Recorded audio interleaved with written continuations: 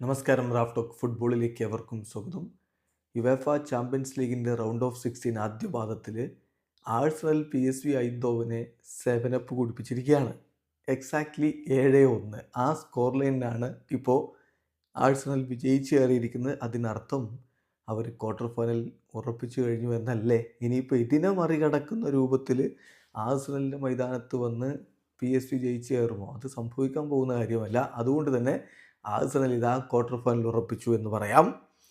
മത്സരത്തിൽ അവർക്ക് വേണ്ടി ഗോളുകൾ അടിച്ചു കൂട്ടി ടിംബർ 18-ാമത്തെ മിനിറ്റിൽ സ്റ്റാർട്ട് ചെയ്ത ഗോളടിയാണ്. പിന്നെ അങ്ങോട്ട് ഗോളടിച്ചു കൂട്ടുന്ന താരങ്ങൾ. ഏദൻ എൻവനേരി 21-ാമത്തെ മിനിറ്റിൽ രണ്ടാമത്തെ ഗോൾ കണ്ടെത്തുന്നു. താരത്തെക്കുറിച്ച് നമ്മൾ പറയേണ്ടതുണ്ട്. കാരണം ലാമിൻ യമാൽ എന്ന 17കാരനെ കുറിച്ച് നമ്മൾ ഇങ്ങനെ പറയാറുണ്ടല്ലോ. 11 ഗോളുകളാണ് ലാമിൻ യമാൽ ഈ ഒരു സീസണിൽ എല്ലാ കോമ്പറ്റീഷനുകളിലുമായിട്ട് അടിച്ചിട്ടുള്ളത്. So, teenagers with most goals for a side from Europe's top 5 league this season. ആ ലിസ്റ്റ് എടുത്താൽ ഒന്നാമത് ലാമിൻ യമാൽ, ബാഴ്സലോണയുടെ താരം 11 ഗോളുകളെങ്കിൽ രണ്ടാമത് ഏദൻ എൻവനേരി 8 ഗോളുകൾ. 17 വയസ്സാണ് സ്റ്റിൽ താരത്തിനുള്ളത് എന്ന കാര്യം ഓർക്കുക. പിന്നെ ബെറിനോയുടെ ഗോൾ 31-ാമത്തെ മിനിറ്റിൽ വരുന്നു.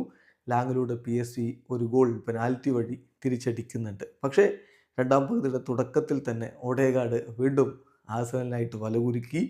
47-ാമത്തെ മിനിറ്റിലായിരുന്നു ആ ഗോൾ. തൊട്ട് പിന്നാലെ ട്രൊസാർഡിൻ്റെ ഗോൾ കൂടി വന്നപ്പോൾ കഴിഞ്ഞു. PSVയുടെ കാര്യം അവിടെ കഴിഞ്ഞു.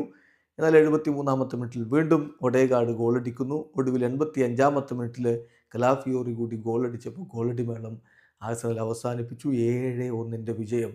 അതെ, ആഴ്സണൽ യുവേഫ ചാമ്പ്യൻസ് ലീഗിൻ്റെ ക്വാർട്ടർ ഫൈനലിലേക്ക് കടന്നിരിക്കുന്നു എന്നർത്ഥം. ഇനി ഇതിൻ്റെ രണ്ടാം ലെഗ് മത്സരം വരുന്നത് മാർച്ച് 13 പുലർച്ചെ ഇന്ത്യൻ സമയം 1:30 അതിനു മുമ്പ് ആഴ്സണലിലെ ഓൾഡ് ട്രാഫോർഡ് വരെ പോയിട്ട് ഒരു ചെറിയ പണി കൂടി ബാക്കിയുണ്ട്. വീഡിയോ അവസാനിക്കുന്നു. ഫുട്ബോൾ ലോകത്ത് കൂടുതൽ വിശേഷങ്ങളുമായി റാഫ് ടോക്സ് വീണ്ടും എത്താം.